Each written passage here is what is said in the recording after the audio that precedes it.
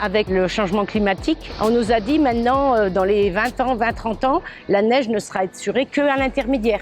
Dire remonter tous les équipements, mais c'est s'enlever la moitié de la station.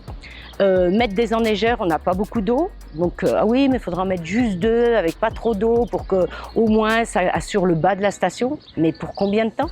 Rapport entre l'investissement et puis le captage de l'eau, les effets environnementaux que ça génère et ainsi de suite. Les gens sont vraiment pas prêts à se dire on est allé trop loin, on va pas pouvoir, on peut plus la maintenir quoi. Et ça c'est pour certains c'est inacceptable.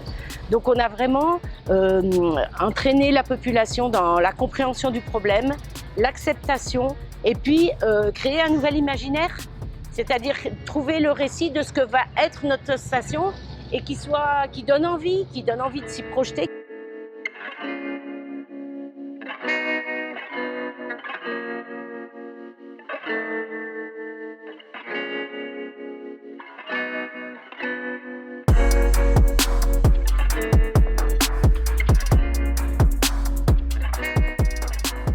L'accompagnement de la fabrique, pour moi, il va être hyper important sur le début pour réussir à faire en sorte qu'il y ait une espèce de mise en route de tout le monde ensemble. Après, derrière, la conduite du projet, on peut le mener, mais il y a vraiment un gros besoin au départ parce qu'il y a besoin de quelqu'un d'extérieur en fait.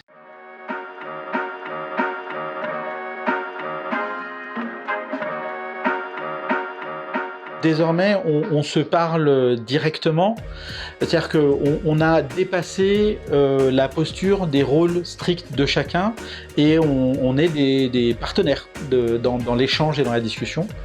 Ce qui fait qu'après, au sein de l'équipe, après, chacun revient avec la problématique de l'autre et on essaye de faire du lien. Et puis finalement, moi, ça me permet de mieux comprendre quels sont les attendus politiques et les ambitions politiques du territoire et quelles sont éventuellement les difficultés qu'il y a pour eux, entre les élus et leurs services, mais aussi pour la collectivité à voir ce que l'État peut apporter au territoire.